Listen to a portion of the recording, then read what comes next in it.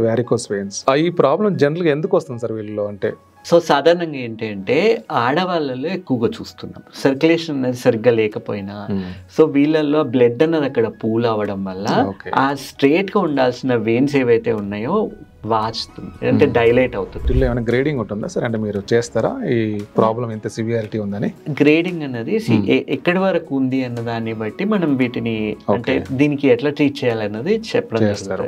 చాలా మంది లేజర్ గురించి అడుగుతుంటారు. అంటే ఈ సర్జరీ కంటే ఏమైనా పెయిన్ఫుల్గా ఉంటుందా సార్ మామూలు నార్మల్ చేసే సర్జరీ తర్వాత ఆ సర్జరీ రిలేటెడ్ పెయిన్ ఉంటుంది, 1-2 డేస్లో ఆ పెయిన్ తగ్గిపోతుంది. నేను సర్జరీకి దారి తీయకుండా స్టాకింగ్స్ తోనే దాన్ని ఆపే అవకాశం ఉందా? ఉంది.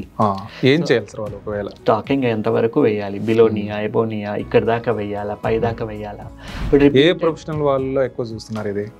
ఆడవాళ్ళలో తీసుకుంటే మల్టిపుల్ ప్రెగ్నెన్సీ అండ్ ఎక్కువసేపు నిల్చొని ఉంటారు కదా, ఇప్పుడు బస్ కండక్టర్లు ఉంటారు, సర్జన్స్ కి కూడా ఈ వారికోస్ వెయిన్స్ వచ్చే ఛాన్సెస్ ఎక్కువ. ఒకవేళ మనం రాకుండా చేసుకునే అవకాశం ఉంటే ఏం చేయాలి సార్ వీళ్ళు? ఒకవేళ సింపుల్ థింగ్ అండి, కాళ్ళల్లో మీకు హెవీనెస్ అనిపిస్తుంది, రాత్రి పడుకునేటప్పుడు గుండె లెవెల్ కన్నా కాలు ఎత్తులో పెట్టి పడుకోవాలి. ఎక్సర్సైజ్ లాంటివి ఏమైనా హెల్ప్ చేస్తాయా ఈ విషయాలు? వచ్చిన తర్వాత చేస్తే యూజ్ లేదు. సరైన డాక్టర్ దగ్గరికి వెళ్ళక కాంప్లికేట్ చేసుకున్న సందర్భాలు ఏమైనా చూస్తుంటారా? అవగాహన లేకపోవడం వల్ల ఇట్లా చేయించుకోవడం. రెండోది అవగాహన లేని డాక్టర్లు ట్రీట్ చేయడం వల్ల.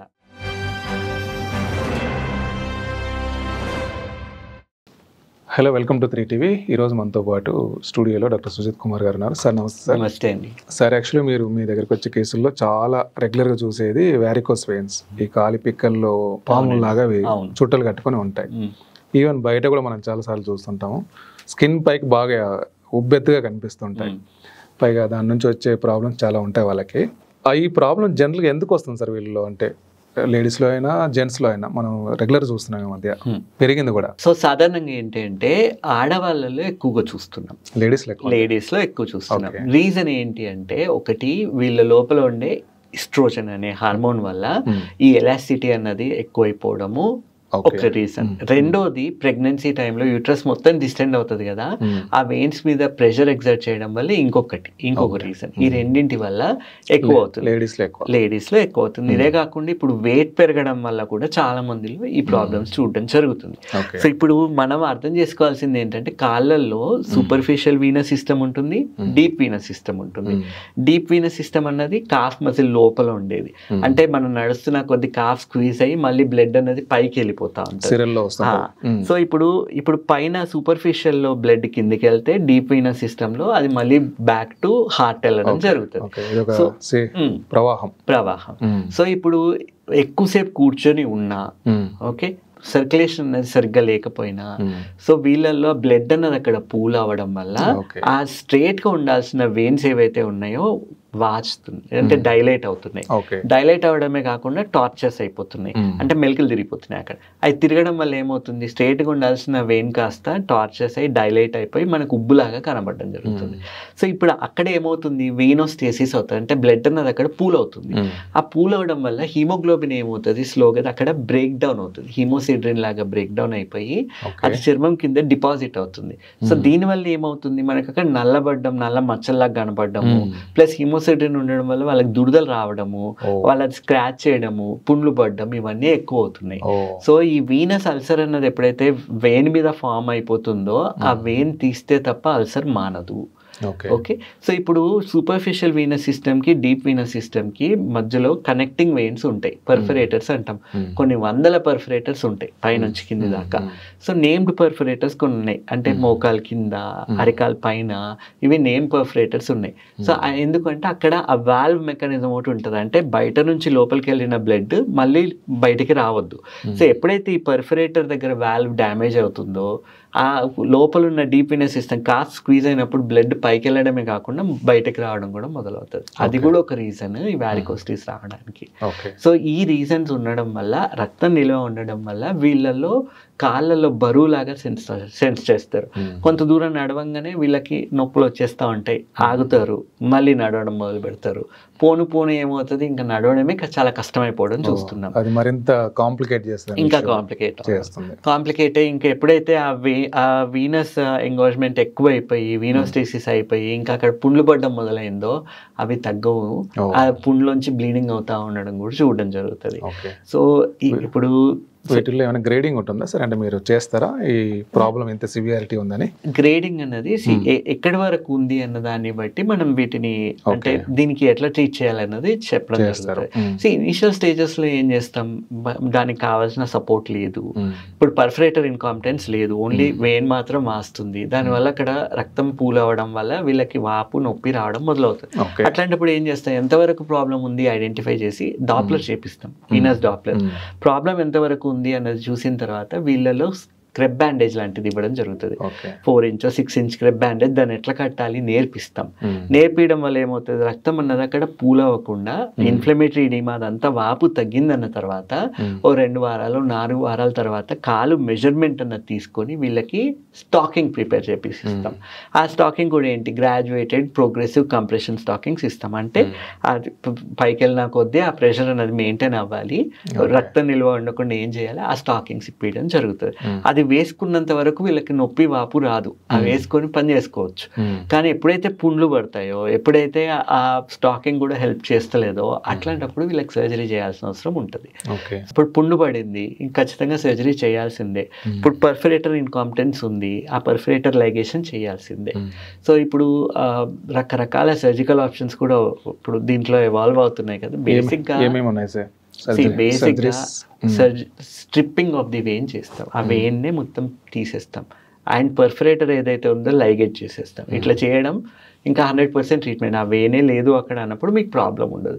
అయితే కొన్నిసార్లు ఏంటి, డీప్ వీనస్ థ్రాంబోసిస్ ఉంది, అంటే లోపల ఉన్న వెయిన్ గడ్డగట్టిపోయింది, బ్లడ్ థ్రాంబస్ ఫామ్ అయిపోయింది. అట్లాంటప్పుడు ఈ స్ట్రిప్పింగ్ అన్నది చేయడానికి లేదు. So it depends on the person also, ఎందుకంటే ఆ ఉన్నదే అదొక వెయిన్, మనం దాన్ని కూడా ఈ సూపర్ఫిషియల్ వెయిన్ మీదనే అది సర్వైవ్ అవుతుంది. ఇప్పుడు ఆ సూపర్ఫిషియల్ వెయిన్ తీసేస్తే కాలే మొత్తం తీసేయాల్సిన పరిస్థితి వస్తుంది. సో ఆ పర్సన్ పరిస్థితి ఏంటి అన్ని చూసుకున్న తర్వాత వీళ్ళకి ఏం చేయడం కరెక్ట్ అని చెప్పడం జరుగుతుంది. అండ్ ఇప్పుడు చాలా మంది సర్జరీకి ఫిట్గా లేరు, మాకు అంటే అనెస్థీషియా ఇవ్వడానికి కూడా వీళ్ళు ఫిట్గా లేరు. అట్లాంటప్పుడు ఏం చేస్తున్నాము, ఇప్పుడు ఎండోవీనస్ అబ్లేషన్ అని, లేజర్ అబ్లేషన్ అని ఇవన్నీ చేయడం జరుగుతుంది. సో ఐడియల్గా యాజ్ ఎ సర్జన్ నేనైతే స్ట్రిప్పింగ్ చేసి పర్ఫరేటర్ లైగేషన్ చేస్తే ఇంకోసారి ప్రాబ్లం అన్నది ఉండదు. ఎవరైతే సర్జరీకి ఫిట్గా లేరో వాళ్ళలో ఈ అదర్ ఆప్షన్స్ అనేవి ఎక్స్ప్లోర్ చేస్తారు. చాలా మంది లేజర్ గురించి అడుగుతుంటారు, అంటే ఈ సర్జరీ కంటే ఏమైనా పెయిన్ఫుల్గా ఉంటుందా సార్ నార్మల్ చేసే సర్జరీ? నార్మల్గా చేసే సర్జరీ ఇప్పుడు చిన్న ముళ్ళు గుచ్చుకుంటేనే వారం రోజులు నొప్పి ఉంటుంది కదండి. ఈ సర్జరీ తర్వాత ఆ సర్జరీ రిలేటెడ్ పెయిన్ ఉంటుంది, 1-2 డేస్లో ఆ పెయిన్ తగ్గిపోతుంది. ఈ ఎండోవీనస్ లేజర్ అబ్లేషన్ కూడా చేయొచ్చు, కానీ దానికైనా పెయిన్ ఉండడం జరుగుతుంది. అవసరమైతే ఇంకొక సిట్టింగ్ 2-3 సిట్టింగ్లు చేయాల్సిన అవసరం ఉంటుంది. సో బేసిక్గా సర్జరీకి ఫిట్గా లేని వాళ్ళకి ఈ లేజర్ అనేది రికమెండ్ చేయడం జరుగుతుంది. ఆర్ చిన్న స్టేజ్లో ఉంది, దీనికి అవసరం లేకపోతే సింపుల్గా అయిపోతుంది ఈ లేజర్తో అన్నప్పుడు దాన్ని రికమెండ్ చేయడం జరుగుతుంది. నార్మల్గా సర్జరీకి దారి తీయకుండా స్టాకింగ్స్ తోనే దాన్ని ఆపే అవకాశం ఉందా? ఉంది. ఏం చేయాలి సార్ వాళ్ళు ఒకవేళ?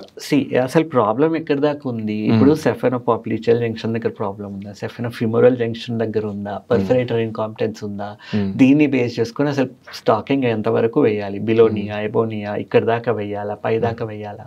సో ఇది చూసుకొని ఒకవేళ స్టాకింగ్ ఇచ్చిన తర్వాత పేషెంట్ హ్యాపీగా ఉన్నారు, వాళ్ళ పని వాళ్ళు చేసుకోగలుగుతున్నారంటే స్టాకింగ్ మీదే మేనేజ్ చేస్తాం. ఒకటి మనం అర్థం చేసుకోవాలి, ఇప్పుడు రేపు పొద్దున్న సర్జరీ చేసిన తర్వాత కూడా డీప్ వెయిన్ ఒకటే ఉంటుంది, మళ్ళీ ఆ డీప్ వెయిన్ లో థ్రాంబస్ రాకుండా ఉండడానికి మేము స్టాకింగ్ ఇస్తాం. సో దానికి సర్జరీకి ముందే స్టాకింగ్ వేసుకొని మేనేజ్ చేసుకోగలిగితే అట్లే చేసుకోమని చెప్తాం. ఎవరికైతే ఇంకా అల్సర్లు ఫామ్ అయిపోయి ఆ సర్జరీ ఇంకా వాళ్ళకి చేయాల్సిందే అన్నప్పుడు చేయడం జరుగుతుంది. ఆ సర్జరీ చేసిన తర్వాత కూడా డీప్ వెయిన్ థ్రాంబోసిస్ రాకుండా ఉండడానికి we'll give a stocking. Surgery తర్వాత బాగుంటుందా సార్ వీళ్ళ లైఫ్?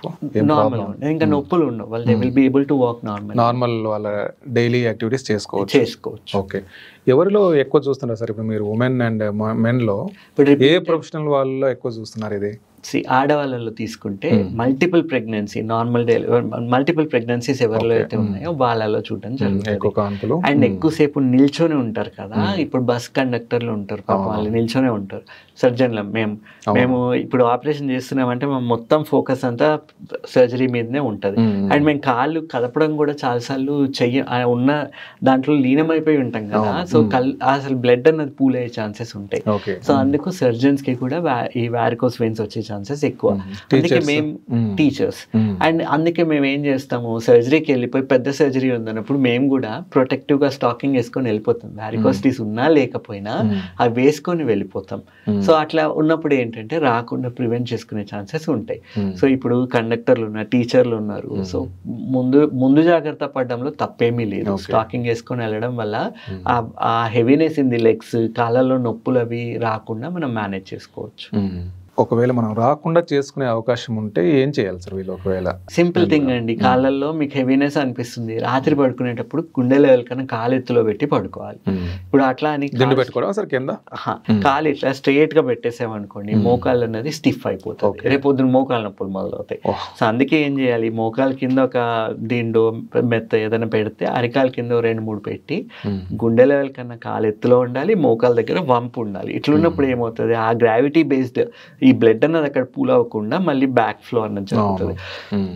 సో అట్లా ఎప్పుడైతే జరుగుతుందో కాళ్ళలో వాపులు నొప్పులు రాకుండా ఉంటాయి. అండ్ లేదు ఇది రోజు కంటిన్యూస్గా ఈవినింగ్ అయ్యేసరికి కాళ్ళు హెవీగా అనిపిస్తున్నాయి అన్నప్పుడు సింపుల్ ఒకసారి వీనస్ డాప్లర్ చేయించుకొని సర్జన్ని కలిసి ఏ స్టాకింగ్ కావాలి, ఎంతవరకు వేసుకోవాలా వద్దా వాళ్ళు రికమెండ్ చేస్తారు, దాన్ని బేస్ చేసుకొని తీసుకోవాలి. అయితే ఇంకోటి ఏంటంటే చాలా మంది ఇప్పుడు రెడీమేడ్ స్టాకింగ్స్ వస్తున్నాయి బయట, ఇంపోర్టెడ్ అని చెప్పి ఏవో అమ్మేస్తున్నారు. అట్లా తీసుకున్నప్పుడు ఏమవుతుంది, ఒక దగ్గర కావాల్సిన ప్రెషర్ వస్తుంది, ఒక దగ్గర రావట్లేదు. ఎందుకంటే ప్రతి మనిషి కాలు వేరువేరుగా ఉంటుంది, సైజులు వేరు ఉంటాయి. కాబట్టి వాపన తగ్గేదాకా క్రెబ్ బ్యాండేజ్ ఇవ్వడం జరుగుతుంది. ఒకసారి కాలు సైజ్ అన్నది మెజర్ చేసి మల్టిపుల్ లెవెల్స్లో దాని సైజ్ అన్నది తీసుకొని వాళ్ళకి టైలర్ మేక్ చేసి ఇవ్వడం బెటర్. సో ఎవరైతే ఎక్కడే స్టాకింగ్ తీసుకున్నా ఒక అడ్వైజ్ ఏంటి అంటే అక్కడికి వెళ్ళి వాళ్ళని కలిసి మీ మెజర్మెంట్స్ ఇచ్చి మీకు మీ కాలికి తగ్గట్టు ప్రిపేర్ చేయించుకోవడం బెటర్. అట్లా చేయించుకున్నప్పుడు అది ఎఫెక్ట్ ఎక్కడ ఎంత ప్రెషర్ ఇవ్వాలో అంత ఇస్తుంది. ఇప్పుడు రెడీమేడ్ తీసుకున్నారు, ఒక దగ్గర గట్టిగా ఉంటుంది, ఒక దగ్గర లూజ్గా ఉంటుంది. ఆ లూజ్గా ఉన్న దగ్గర మళ్ళీ కొద్దిగా ఈ వారికోసిటీస్ పెద్దగా అయిపోవడం చూస్తున్నాం. ఆ గైడెన్స్ అన్నది వీళ్ళకు ఉండాలి. ఓకే, ఫిజికల్ యాక్టివిటీ అనేది ఎంత అంటే మనకు ఎక్సర్సైజ్ లాంటివి ఏమైనా హెల్ప్ చేస్తాయా ఈ విషయాలు? వచ్చిన తర్వాత చేస్తే యూజ్ లేదు, ముందు నుంచి చేస్తే బెటర్. ఒకవేళ ది టెండెన్సీ ఉంది అన్నప్పుడు వీళ్ళు ఎక్సర్సైజ్ చేసినప్పుడు కూడా స్టాకింగ్ అది సింపుల్ గా అవసరం పడితే స్టాకింగ్ చేసుకొని వెళ్ళమని చెప్తాం. సరే, యాక్చువల్గా వీళ్ళు అంటే సర్జరీ విషయంలో ముఖ్యంగా ఒకసారి వచ్చిన తర్వాత బాగా ప్రాబ్లం ఉన్నప్పుడు సరైన డాక్టర్ దగ్గరికి వెళ్ళక కాంప్లికేట్ చేసుకున్న సందర్భాలు ఏమైనా చూస్తుంటారా? యా, ఇట్లాంటివి ఉన్నాయి. ఇప్పుడు పుండ్లు పడిపోయినాయి, పుండు పడ్డా దాన్ని వాళ్ళు కేర్ చేయట్లేదు. ఏమవుతుంది, కింద ఉన్న పర్ఫరేటర్ దానికి కనెక్ట్ అయిపోయిందంటే దాంట్లోంచి బ్లడ్ కొడతా ఉంటుంది బయట. ఇంకా వాళ్ళు ఓన్లీ డ్రెస్సింగ్ల మీదనే వీళ్ళు ఈ కాంప్లికేషన్స్ అంటే అవగాహన లేకపోవడం వల్ల ఇట్లా చేయించుకోవడం. రెండోది అవగాహన లేని డాక్టర్లు ట్రీట్ చేయడం వల్ల ఈ లేజర్ అయినా ఏదైనా తర్వాత ప్రాబ్లమ్స్ వచ్చిన వాళ్ళు కూడా చాలా మంది ఉన్నారు. ఇంకోటి ఇన్ఫెక్షన్స్ అనేవి వచ్చేస్తూ ఉంటాయి కదా, ఆ ఇన్ఫెక్షన్ని కరెక్ట్ టైంలో ట్రీట్ చేయకపోవడం వల్ల ఒక రకమైన లింఫాంజైటిస్ అనేది డెవలప్ అయిపోయి వారికోస్ వెయిన్స్ కూడా పైన ఎక్కడైతే సెఫెనోఫిమోరల్ జంక్షన్ ఉంటుందో మొత్తం వాపు వచ్చేస్తుంది. అట్లా వాపు వచ్చి అవన్నీ ఇన్ఫెక్షన్ ఉన్నప్పుడు దాన్ని ఆపరేట్ చేసి ఒక్కొక్కసారి ఫిమోరల్ వెయిన్లో కూడా డ్యామేజ్ జరిగి బ్లీడింగ్ అనేది అంత ఈజీ కంట్రోల్ అవ్వదు. సో ఏదైనా కానీ దాన్ని లైట్గా తీసుకోవద్దు. ఆ ఇన్ఫెక్షన్ ఉంది అన్నప్పుడు ఫస్ట్ ఆ ఇన్ఫెక్షన్ తగ్గడానికి ఏదైనా మందులు వాడిన తర్వాత ప్రొసీజర్కి వెళ్తే ప్రాబ్లం ఉండదు. So there are multiple things which can complicate the treatment process. సరే, వారికోస్ వెయిన్స్ విషయంలో చాలా విషయాలు చెప్పారు, చాలా అవగాహన పెంచుతున్నారు మీరు. Thank you sir. Thank you అండి.